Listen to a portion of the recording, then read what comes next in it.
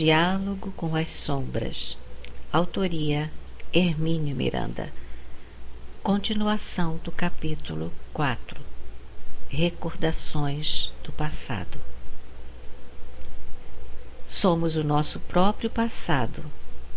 Dormem soterradas nos tenebrosos porões do inconsciente as razões das nossas angústias de hoje, tanto quanto estão em nós as conquistas positivas que lutam por consolidar-se na complexidade da nossa psicologia, tentando suplantar os apelos negativos que insistem em infelicitar-nos.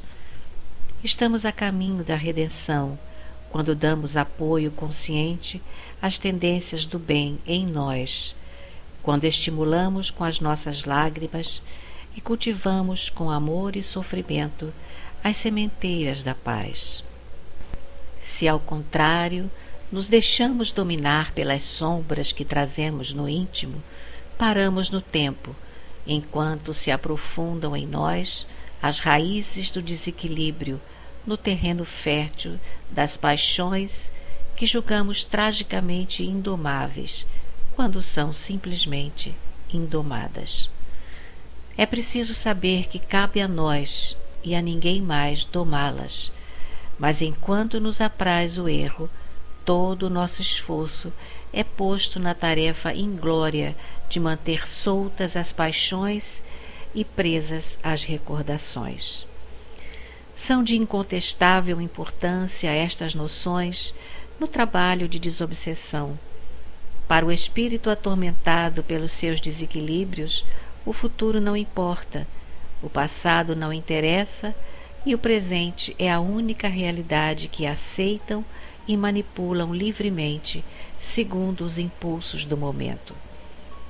Comprimidos numa estreita faixa de presente, que procuram viver com toda a intensidade possível entre um futuro que ainda não existe e um passado que procuram ignorar, esquecem-se de que não poderão jamais fugir às suas responsabilidades e compromissos.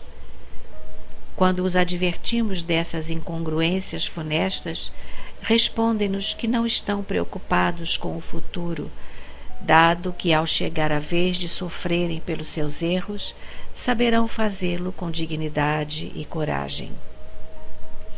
Esperam, naturalmente, ser tão valentes perante a dor própria quanto o são perante a alheia. Trágico e doloroso engano é esse, mas que se há de fazer? Temos a impenitente proteção para rejeitar como inválida a experiência alheia. Quanto mais arrogante e belicoso o companheiro desarvorado, maior a dor que experimenta ao despertar para as realidades que procurou ignorar por tanto tempo. A dor dos grandes criminosos é terrível, comovedora, trágica, desesperada, nesses momentos dramáticos em que o espírito se acha completamente aturdido ante a enormidade de seus erros. Para abrir diante dele uma janela sobre si mesmo, a chave mais importante de que dispõe o doutrinador consiste em levá-lo a contemplar seu próprio passado, fortemente protegido pelos mecanismos do esquecimento deliberado. Talvez por isso, escreveu Cholem Arch, na abertura de, abre aspas, O Nazareno, fecha aspas. Abre aspas.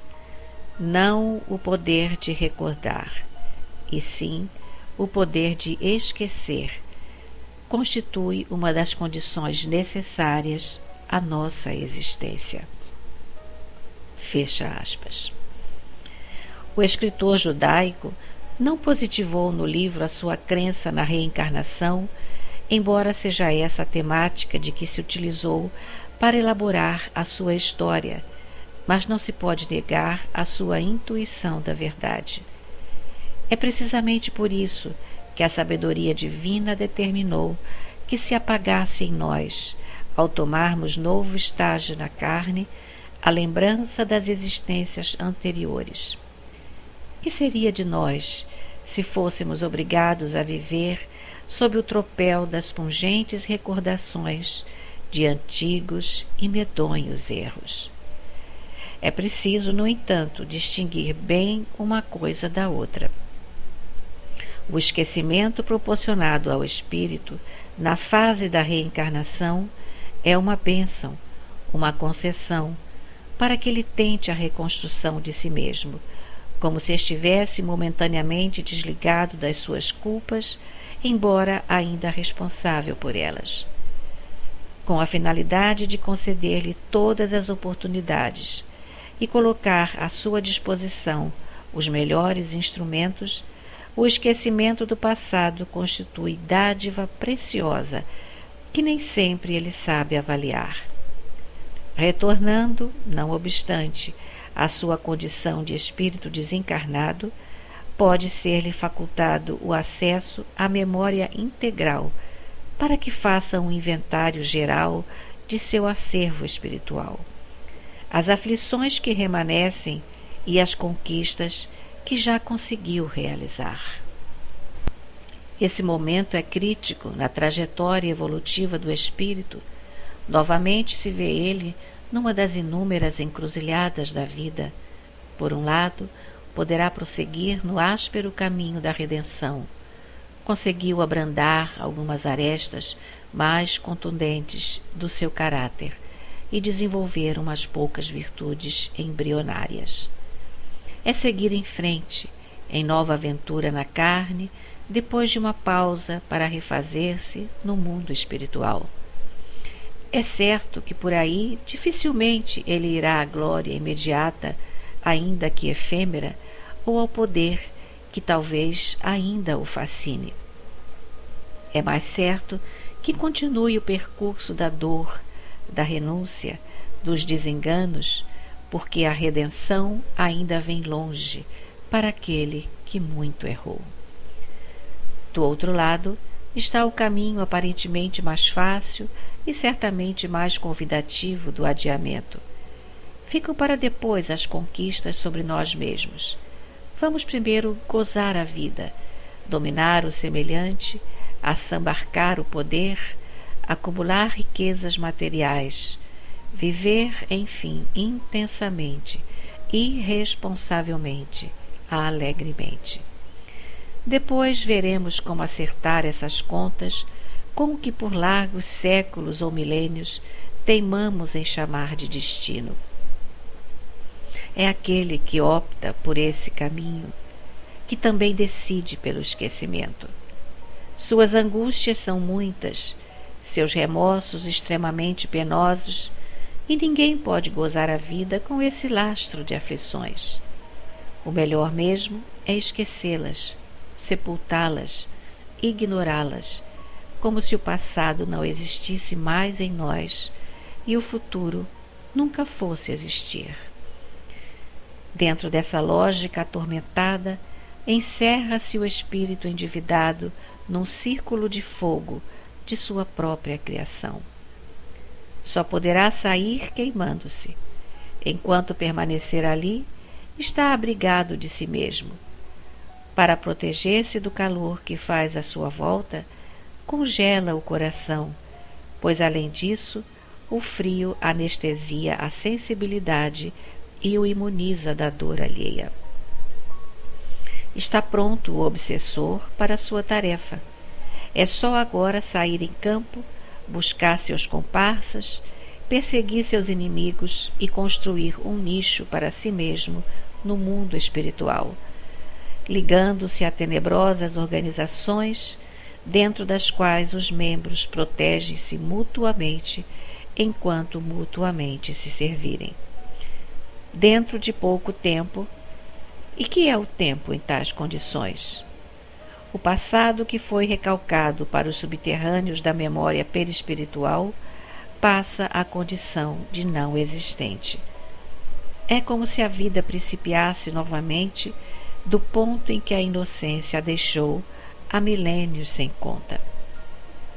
O espírito assim envolvido acaba por acreditar-se uma criatura sem passado, embora adstrito à incoerência dos alienados, utilize-se em proveito próprio de todo o acervo de experiências e conhecimentos que traz em si daquele mesmo passado que renega. Se é verdade, pois, que temos de descobrir uma fórmula para levá-lo a recordar, é igualmente verdadeiro que se torna extremamente difícil fazê-lo, porque é justamente disso que ele foge. Quantas vezes os temos surpreendido a advertirem-se do perigo que representa para eles caírem na faixa da recordação. Como reagem, como relutam, como temem os fantasmas interiores que lhes pareciam desintegrados para sempre na poeira do tempo. Vários recursos são empregados pelos mentores espirituais dos grupos de desobsessão para obter dos companheiros desarvorados o mergulho necessário nas lembranças recalcadas. Um dos mais comuns é o da projeção dos chamados quadros fluídicos. O espírito vê diante de si, incoercivelmente, cenas vivas de seu passado, especialmente aquelas que constituem o núcleo de sua problemática, que precisa ser dispersado para desatar os laços que o prendem às suas angústias e ao seu alheamento. É evidente que as cenas não são criadas com a substância evanescente da fantasia. A matéria-prima indispensável a essas montagens encontra-se nos arquivos perispirituais do ser ali presente. Os técnicos desencarnados limitam-se a manipular com respeito e dignidade os recursos necessários para desencadear o processo terapêutico, como o médico que ministra um remédio amargo, justificado pela expectativa da cura de seu doente. Não temos ainda, os encarnados, condições e conhecimentos para apreender a essência das técnicas empregadas para a obtenção das projeções.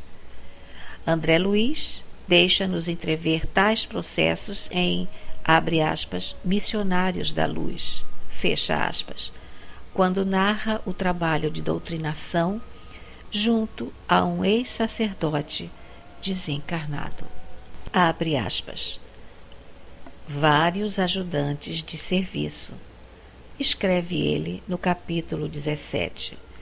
Recolhiam as forças mentais emitidas pelos irmãos presentes, inclusive as que fluíam abundantemente do organismo mediúnico, o que, embora não fosse novidade, me surpreendeu pelas características diferentes com que o trabalho era levado a efeito.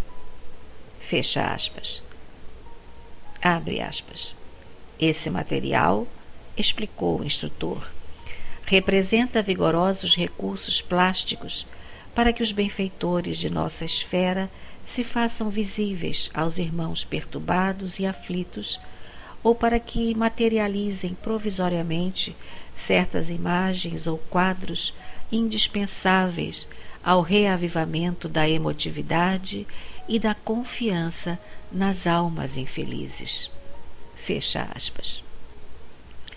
O instrutor prossegue explicando que com essas formas de energia recolhida dos encarnados presentes, podem os benfeitores espirituais prestar certos serviços importantes àqueles que se encontram ainda presos ao padrão vibratório da carne, não obstante já se acharem desligados dela, às vezes há muito tempo.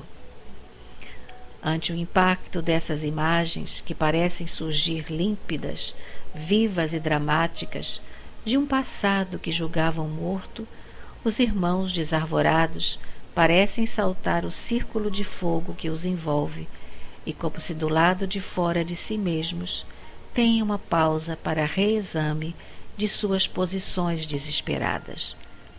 Afinal de contas, o que estão fazendo?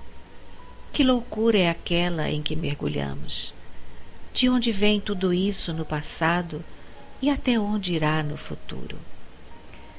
Um desses companheiros atormentados, antissemita e irredutível, viu os quadros do Êxodo do Antigo Egito, onde foi um dos membros sacrificados da corte do faraó.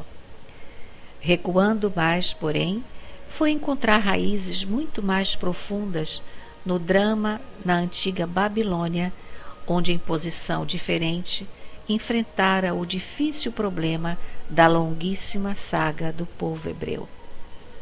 Pela primeira vez em muito tempo, perguntou-me algo perplexo: será que isso não tem fim? Senti que a pergunta era mais dirigida a ele próprio do que a mim, mas disse-lhe que sim, podemos pôr um ponto final desses círculos viciosos que buscam eternizar-se dentro de nós por um esforço da nossa vontade, que só é possível depois de compreendermos a inutilidade do ódio e a força invencível do amor.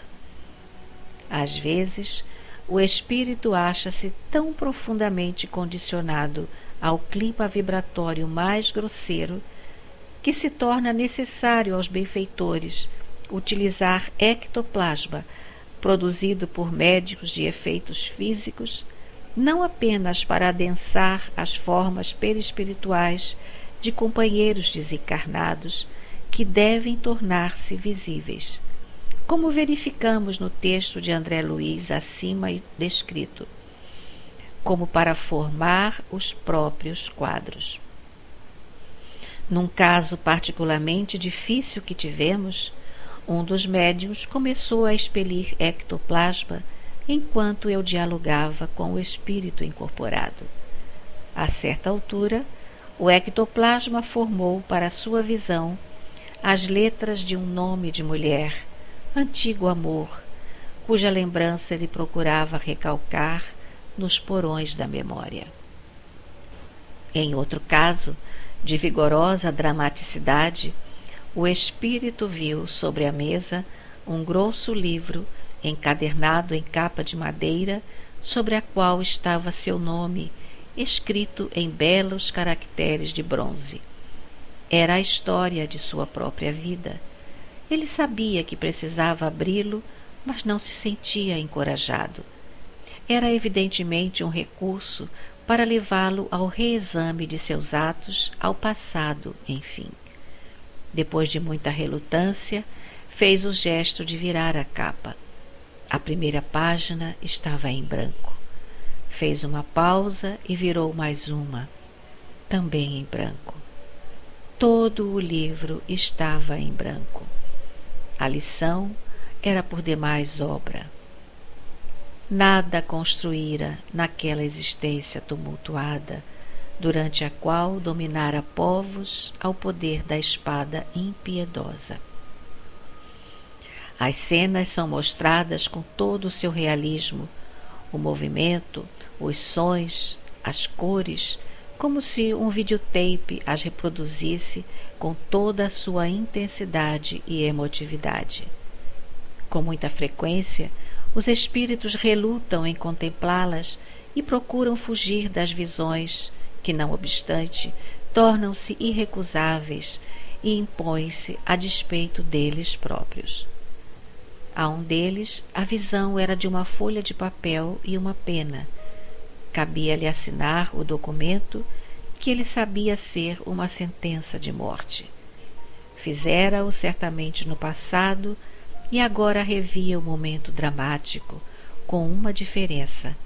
Alguém contemplava a curta distância, fixando nele um par de olhos tranquilos, cheios de amor fraterno, provavelmente os de sua vítima. Seu desespero é atroz.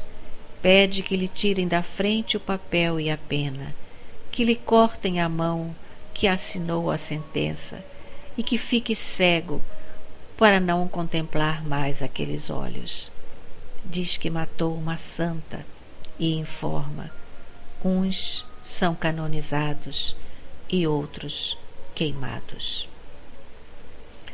Muito frequente, É a presença de antigos e esquecidos amores, mães, esposas, filhos ou amigos muito chegados ao coração. Se fosse realizada uma pesquisa estatística sobre tais manifestações, estou certo de que as mães ocupariam o primeiro lugar destacadamente. A pureza do amor materno permanece inalterável ao longo dos séculos e das vicissitudes, arrosta as ingratidões, suporta as humilhações, vence o ódio, vence tudo. Lembram-se das cenas finais de, abre aspas, libertação, fecha aspas. É a mãe que vai buscar o filho amado nas profundezas de seus tenebrosos domínios. Ela alcançara já há muito as regiões da felicidade.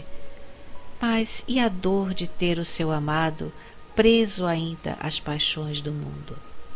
Vai ao seu encontro, numa descida sacrificial, às difíceis regiões em que ele vive e sobre as quais reina incontestado. Abre aspas.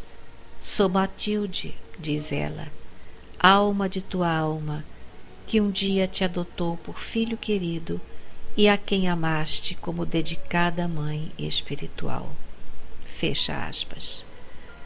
Quantas vezes temos assistido a reencontros emocionados que nos velam de lágrimas os olhos.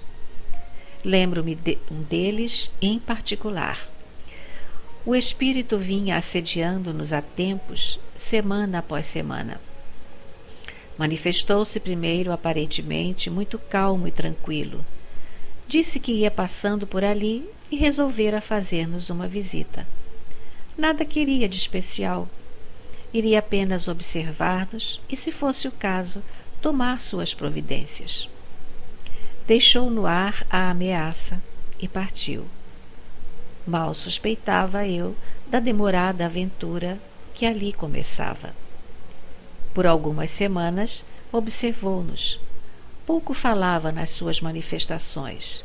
Revelou apenas que já tinha sob seu controle alguns daqueles que dispunham de maior quantidade de massa cinzenta, mas começava a deixar transparecer também certa preocupação, porque algum delator, a seu ver, havia contado a nós os seus propósitos e objetivos.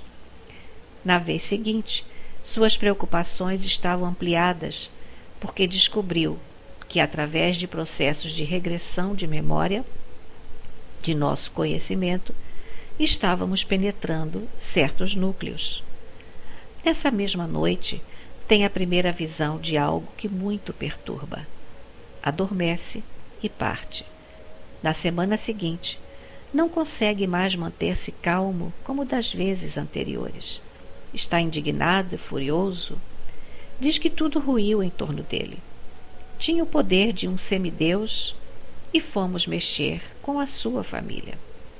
Dá murros na mesa, dominado pelo ódio e espicaçado pela humilhação. Se pudesse, me pegaria para mandar queimar-me vivo. Acaba em pranto, de revolta e de impotência. Em seguida, por outro médium, manifesta-se o espírito feminino e conta a sua dolorosa história. Foi mãe daquele que acaba de retirar-se. Foi, por certo, a sua presença ali, junto dele, que o perturbou há 2 semanas. Ele é bom, diz ela, mas muito vaidoso. Ainda vê nele o filho querido de 4 séculos atrás.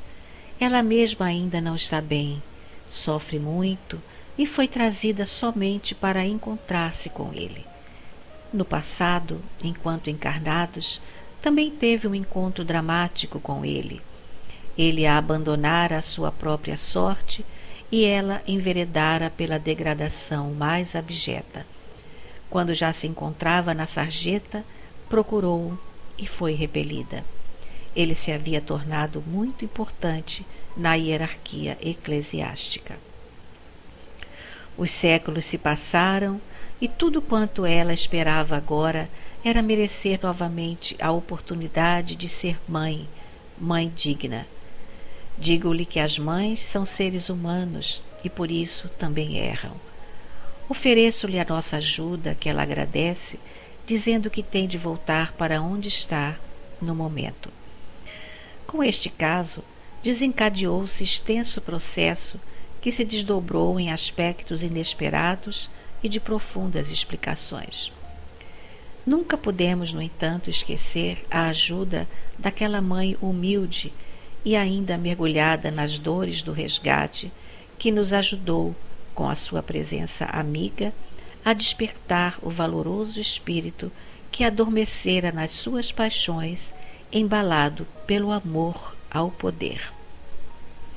Em caso semelhante a esse, o espírito consegue divisar a figura de sua mãe, ajoelhada diante dele a pedir-lhe perdão. Ele reluta e resiste, porque é este precisamente o âmago de sua problemática. Foi abandonado por ela à roda, e por isso ele repete agora a si mesmo que não tem mãe.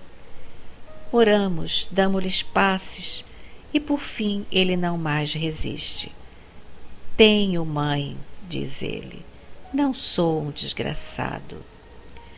De outra vez, num caso a que já me referi a Lures, o espírito tinha um problema pessoal comigo. Era questão antiga de mais de 8 séculos. Em consequência desse e de outros desenganos, vagava ainda pelas trilhas da revolta e do rancor. O problema era extremamente difícil porque se tratava de um caso em que o ódio concentrava-se diretamente sobre um de nós, precisamente aquele que se incumbia de doutriná-lo e esclarecê-lo.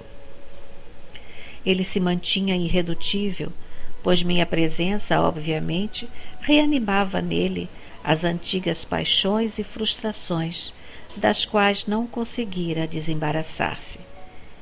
Foi num desses pontos críticos do diálogo que outro médium me disse que um espírito presente desejava dizer alguma coisa diretamente a ele. Era sua mãe. Elevei meu pensamento em prece e, com enorme respeito, ouvi o diálogo através do tempo entre a mãe amorosa, que não esquecera e sofria com a ausência do filho, e o filho que recusava obstinadamente o amor porque estava achando impossível viver sem o ódio e a vingança. Pede-lhe ela, com infinito carinho e humildade, que abandone aquela vida e venha para junto de seu coração. Todos estão juntos na família, só ele está ausente. Não está convencido de que ele a recuse. Deseja ouvir dele próprio a negativa. E ele diz que não a quer mesmo, pois seu caso ali é outro, que ela não se meta, continue a fazer seus bordados. Ela lhe lembra as velhas cantigas e aquele tempo em que ele orava no quarto em silêncio, junto de Deus. Depois lhe diz que vai deixar o médium pelo qual lhe está falando para aconchegá-lo junto ao seu coração. Ora comovidamente a Mãe Santíssima, em palavras simples, expondo o seu problema e as suas dores. Quando conseguimos, afinal, despertar o amado companheiro, dirijo a ela um pensamento de infinita ternura e gratidão, porque estou certo de que sem o seu concurso não o teríamos alcançado. Bem que ela poderia também ter guardado certa mágoa de mim, porque fui um dos agentes de sua angústia, mas não teve para mim uma palavra de censura ou de amargor. Em outro caso, também muito difícil, o espírito, autoritário e empolgado pelas suas ideias e pelo seu rancor, recebeu diante de nós a visita de um menino. Abre parênteses. Teria sido seu filho ou neto? Fecha parênteses. Que o desarmou com seu carinho, seus apelos, sua ternura infantil, saltando sem cerimônia para o seu colo. Basta um momento assim de ternura, de recordação, de amor, para que a luz penetre o coração angustiado desses queridos companheiros, perdidos num dédalo de sentimentos confusos, cercados de sombras, dominados pela aflição. De outras vezes, amigos e parentes acham-se presentes, mas não se revelam à visão do Espírito manifestado. Respeitemos suas razões, que usualmente são válidas. Não teria ainda chegado a hora do reencontro. Numa dessas oportunidades, o Espírito viera dar uma ajuda no caso de um companheiro de quem estávamos tratando. Em tempos idos, fora um dos principais instrumentos dos terríveis desvarios daquele a quem desejava agora ajudar a libertar de suas angústias. Mesmo assim, ainda trazia ressaibos de ironia. Ao manifestar-se, fez uma saudação. Divino, divino! E o médium dobrava-se sobre a mesa de braços estendidos, fazendo mesuras. Servira aos imperadores romanos. Eles ainda se julgavam deuses, dizia. Estava, porém, bastante lúcido. Informou-me de que nesse ínterim de quase 2 milênios tivera outras encarnações. Lamenta a perniciosa influência que exerceu sobre os seus soberanos, assolando-lhes paixões aviltantes. Eram pobres criaturas desequilibradas, mas ele não. Estava perfeitamente lúcido e consciente do que fazia, utilizando o poder dos Césares para promover seus interesses inconfessáveis. Por isso, estava ainda preso a eles. Quanto ao cristianismo, já sabia naquele tempo que era a doutrina melhor, mas rejeitou-a deliberadamente porque não lhe convinha. Digo-lhe que precisa agora encarar seu antigo amo, não como a um poderoso, mas como a um espírito infeliz, desarvorado e sofredor, que precisa de muita ajuda e compreensão. Promete ajudar e diz que o que salvou foi a visão de um homem pregado à cruz na antiga Roma, e cujo olhar não mais esquecera através dos tempos. Aqueles olhos lhe penetravam as mais profundas e ignotas camadas do ser. Diz-me uma palavra de muito afeto e anuncia que ficaria ali ao lado, à minha direita, invisível ao seu antigo chefe, pois não chegara ainda o momento de apresentar-se à sua visão. Poderia perturbá-lo? E me diz, com inesquecível toque de autenticidade, que ele era uma criança grande, fácil de conduzir. Bastava dar-lhe a impressão de que a decisão tomada fosse dele. Eu deveria fazer isso, só que agora para o bem, enquanto ele o fizera para o mal. Antes de desligar-se do médium, disse-me ainda que sabia dos planos já assentados a respeito da próxima encarnação de seu antigo chefe e que não iria ser nada fácil. Despedimo-nos com uma palavra de afeição muito sincera e amiga. Este espírito deixou em mim uma sensação de fraternidade, compreensão e simpatia. Conhecedor de suas próprias aflições interiores, conservava-se, no entanto, consciente e disposto a corrigir-se, muito embora sabendo que era longo o caminho a percorrer, em vista da profundidade a que descera. Nunca sabemos, pois, que métodos e recursos empregarão os nossos mentores espirituais na sua nobre tarefa de despertar os companheiros que permanecem hipnotizados às suas angústias. Às vezes, utilizam-se da projeção fluídica. Os quadros são apresentados com todo o seu vigor e realismo, com cenários, personagens, cores, sons, movimento, emoções, mas formados com material sacado do subconsciente do espírito, animado por meio de recursos retirados, como explica André Luiz, dos presentes em torno da mesa de trabalho. Esses quadros exibem figuras humanas também, é claro, mas continuam sendo projeções. De outras vezes, não obstante, é necessária a presença real dos espíritos ligados aos manifestantes em recentes ou antigas encarnações. Eles se apresentam aos seus olhos, conversam com eles diretamente ou através de outro médium, ou se tornam semi-materializados para poderem impressionar seus sentidos mais pela presença de suas vibrações pessoais do que pelo mero apelo da memória.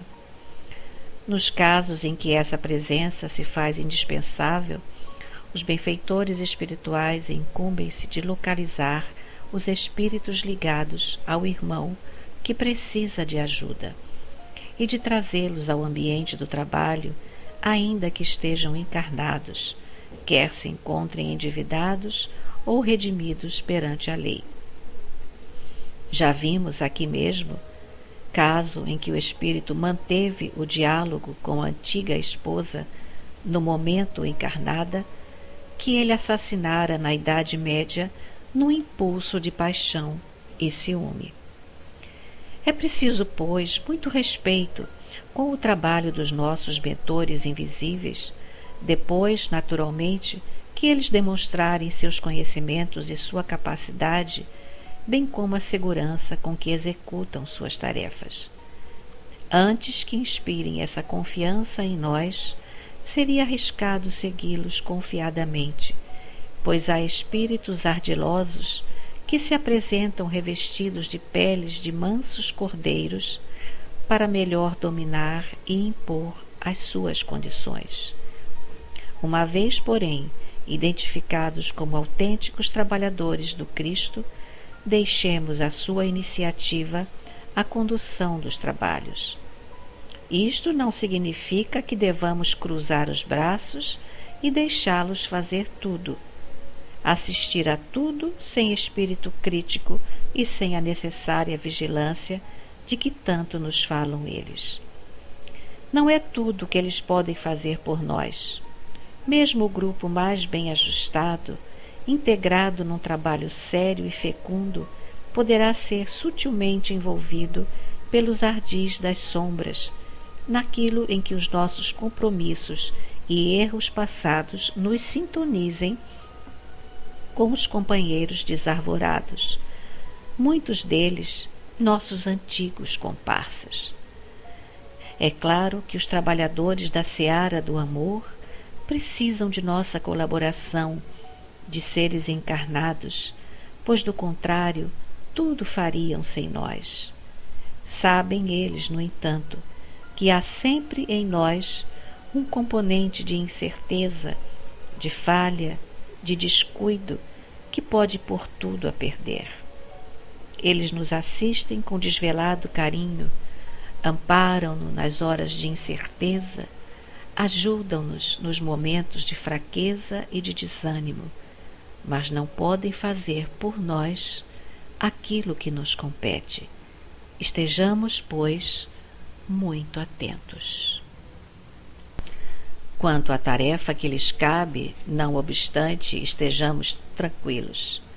Tudo será feito, desde o planejamento cuidadoso até o último pormenor da execução, com todas as opções e alternativas previamente examinadas.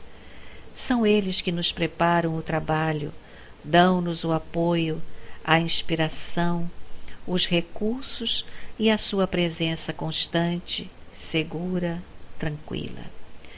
É certo, porém, que não poderão garantir o resultado, mesmo naquilo que lhes cabe fazer. Não estão manipulando mecanismos cibernéticos, mas cuidando de seres humanos dotados de livre-arbítrio, imprevisíveis e às vezes muito bem dotados intelectualmente e que não se deixarão conduzir pela mão como crianças tímidas e ingênuas. eles sabem, por outro lado, que somos julgados não pelos resultados que alcançamos, mas pelo esforço que empregamos em atingi-los. Procuremos respeitar-lhes o planejamento e a execução, pois a visão que têm dos problemas suscitados é incomparavelmente mais ampla do que a nossa, embora não infalível, que infalível só é a divisão divina.